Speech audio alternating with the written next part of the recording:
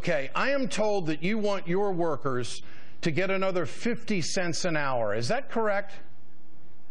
That's our proposal. Okay, they won't even entertain that. All right, your proposal's 50 cents an hour. On an 8-hour day, that's $4 a day. That's $20 a week. That's a little over $1,000 a year raise. Is that correct? That's correct. Okay, for a company that made $100 million and they're shutting you out and they're going to bring in other workers that will do it cheaper. Is that what the story is? That is correct. So what are your workers going to do at this point?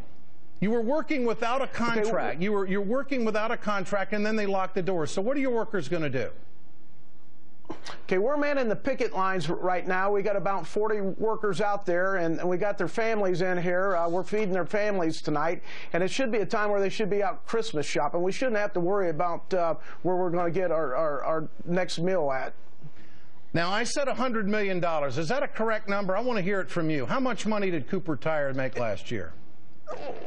Last year it was $120 million. And this year they're doing pretty good, too. Merry freaking Christmas. Rod, stay with us. I want to bring in Robert Reich, former Secretary of Labor, currently a professor at UC Berkeley and author of the book Aftershock. Mr. Reich, what do you think when you hear this story? Well, Ed, what I think is not only about greed and also about the plight of average working people, but I think about the whole American economy. I mean, who's going to buy all the goods and services and things that companies make if Americans don't have the money in their pockets to buy them? I mean, we used to have a basic bargain in this country, and that basic bargain was workers got enough pay to turn around and buy the things that workers created. I mean, in 1914, Henry Ford paid his workers 3 times what the average factory workers got. And you know something? Why did he do that? Even though the Wall Street Journal called him an economic criminal, he did it because he said those workers are going to turn around and buy the Model T Fords that are coming off this assembly line, and they did. So we have developed, Mr. Reich, a culture in this country. Go after workers. It doesn't matter what they do. If they're a wage earner, it doesn't matter if they're organized or not. We treat them like furniture and move them around and sit on them and throw them out. That's where American workers are right now, or is that an overstatement? Unfortunately, it's not an overstatement. I mean, look at the data, Ed.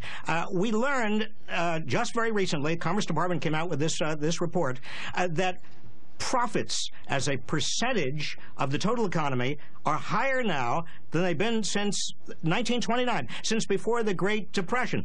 But wages as a percentage of the total national economy are the lowest point they've been since 1929. What recourse do these workers have, Mr. Reich? What would you tell our other gentleman tonight, Rod Nelson? What would you tell them? Well, under the labor laws, they have some recourse, but the labor laws are not strong enough, Ed. I mean, that's the problem we have right now. When we have an economy that is based essentially right now on the idea that a very few people at the top get everything, they get, a CEO pay is now 300 times the pay of an average worker. It was only 30 times the pay of an average worker 30 years ago. When that's the case, we need stronger labor laws. You know, we need an economy that is working for average working people, or otherwise this economy is not going to work for anybody. Rod Nelson, Robert Reich, thanks for your time tonight. I want to tell our audience I'm going to be up in the Red River Valley in Minnesota this weekend with a camera, and I'm going to talk to the families that have been locked out of American Crystal Sugar, and I'm going to continue to do this story. And I'm also going to continue to publicize to give publicity to those farmers who have gotten subsidies in the sugar industry. You Tea Partiers out there, you should be asking the question, why in the hell are we subsidizing the sugar industry? We shouldn't have to do that. We got to cut federal spending, don't we?